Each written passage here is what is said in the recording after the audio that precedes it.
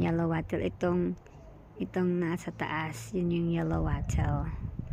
Tapos itong nasa baba, yun yung geranium. At saka yan, geranium yan. Yun. At saka dito, ito yung iris lily. Ayan, yun yung iris lily. Diba? Ang dami ng bulaklak ko. See? Diba ito Sang-sanga po, namuka na lahat sa isang stem lang yan. Ito din. Ay. Hindi na natin maano. Alright.